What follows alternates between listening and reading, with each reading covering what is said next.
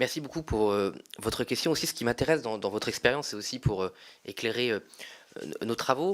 C'est, vous l'avez dit, et de toute façon, presque un consensus évidemment évident se dégage sur le fait que les tentatives ou les réalités d'ingérence sont compliquées à identifier parce qu'effectivement, elles sont dans l'ombre et leur efficacité dépend aussi malheureusement de leur discrétion. Et donc évidemment, il y a des faisceaux, on essaie de percevoir des choses, mais aussi, est-ce que on n'a pas aussi la crainte parfois de se faire nous-mêmes l'écho d'écho, c'est-à-dire qu'à partir du moment où c'est dans l'ombre et où c'est secret, il y a une difficulté aussi à faire la différence entre ce qui devient elle-même un fantasme, surtout si ça s'étale sur plusieurs années. Par exemple, le cas du Qatar, il y a des scandales depuis un certain nombre d'années, d'autres pays. Et ma question porte sur un autre paragraphe de votre rapport où vous établissez, où vous indiquez un certain nombre de responsables politiques. D'ailleurs, vous avez redonné l'essentiel de ces responsables politiques aujourd'hui, et vous donnez des noms. Je le dis d'autant plus que c'est pas ma famille politique. Donc pour ce qui concerne notre commission, pardon, il s'agit de l'ancien Premier ministre français François Fillon, qui a été nommé membre à l'époque du conseil d'administration de Zarou-Bezhnef. Il y a aussi ensuite une deuxième conseil d'administration. Il en démissionnera de ces deux conseils d'administration au début de la guerre, de l'invasion de la Russie de l'Ukraine. Vous citez ensuite l'ancien Premier ministre Jean-Pierre Raffarin, je cite, qui promeut activement les intérêts chinois en France.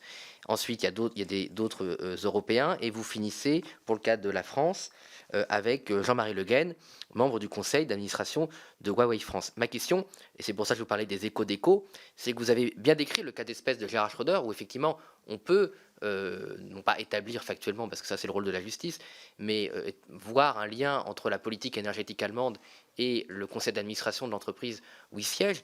Mais pour des autres personnalités dont vous donnez le nom, j'ai plus de mal à percevoir, si vous voulez, le lien évident d'ingérence. C'est-à-dire que comment vous pouvez établir que le fait de la position de Monsieur Fillon, Raffarin et Le Guen mérite d'être au même niveau que Monsieur Schröder. Ou alors c'est la rédaction du rapport qui fait ça et c'est une illusion d'optique. Alors déjà, je ne pense pas qu'il soit au même niveau.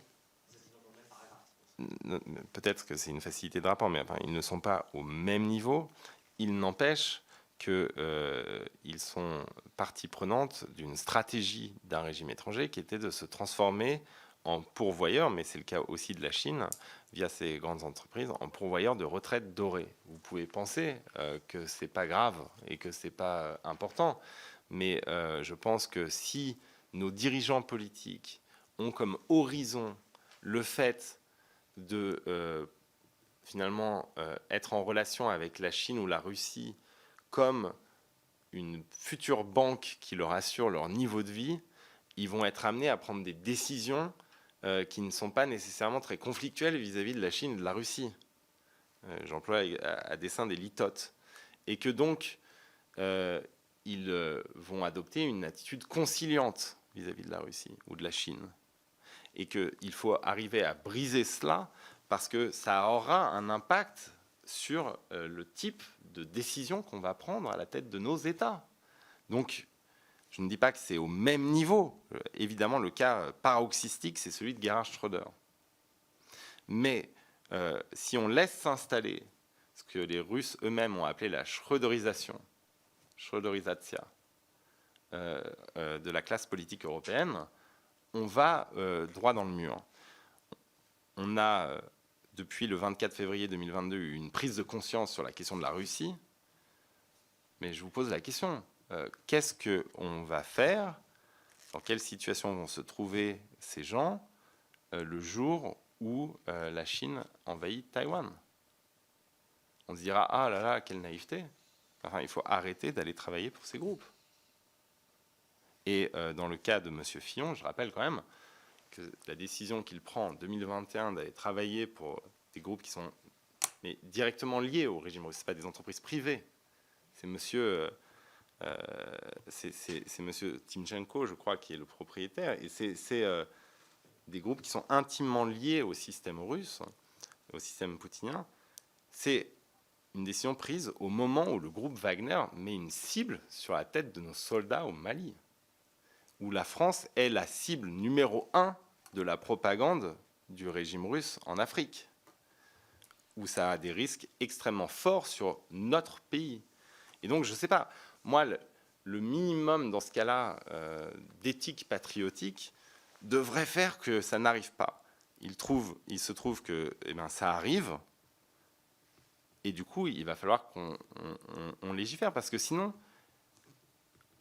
on aura cet horizon-là de nos preneurs de décision. Et je pense que c'est extrêmement dangereux pour nos démocraties. Donc, ce n'est pas l'écho d'écho, ce sont des faits qu'ils ont travaillé, qu'ils ont été travaillés pour M. Le Guen pour Huawei ou M. Fillon. Donc, ce n'est pas de l'écho de l'écho. Peut-être qu'effectivement, il y a une différence de niveau avec le cas de Gerhard Schröder, parce qu'ensuite, il y a eu 10 années où Gerhard Schröder a activement utilisé l'ensemble de ses réseaux pour promouvoir des objectifs énergétiques extrêmement concrets, et que donc on peut raconter cette histoire-là de manière in extenso, et qu'elle montre cette histoire à quel point nos démocraties sont friables.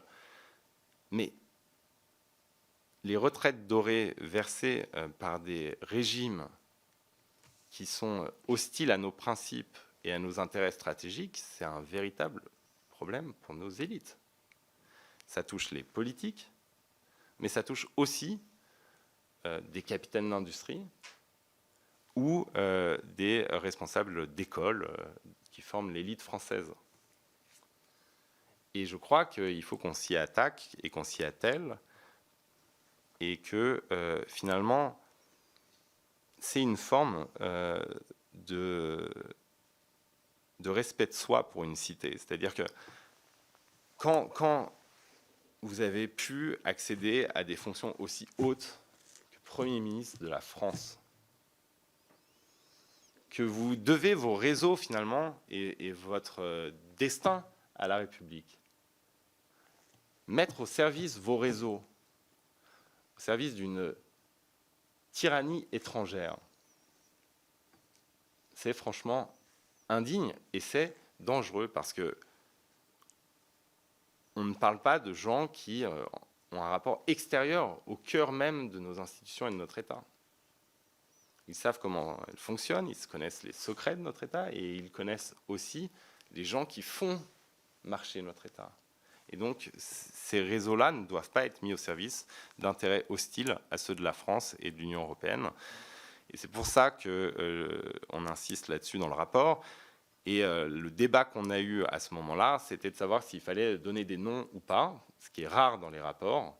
Et on a décidé à la majorité de donner des noms pour justement alerter sur ce caractère concret. Parce que quand vous faites des rapports, comme c'est une tradition au Parlement européen, sans donner de cas concrets, eh bien certes, vous prenez moins de risques, mais aussi vous dénoncez un problème qui reste dans la tête des gens évanescent.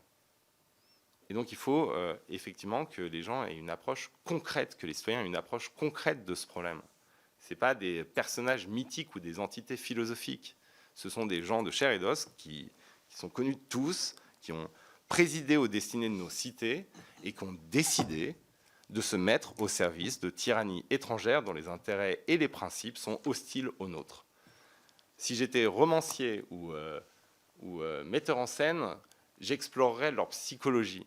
Je me demanderais comment ils font pour se regarder dans un miroir. Mais ce n'est pas mon problème. Là, mon problème, c'est simplement de savoir quel impact ça a sur nos cités et comment nos cités peuvent se prémunir de tels comportements.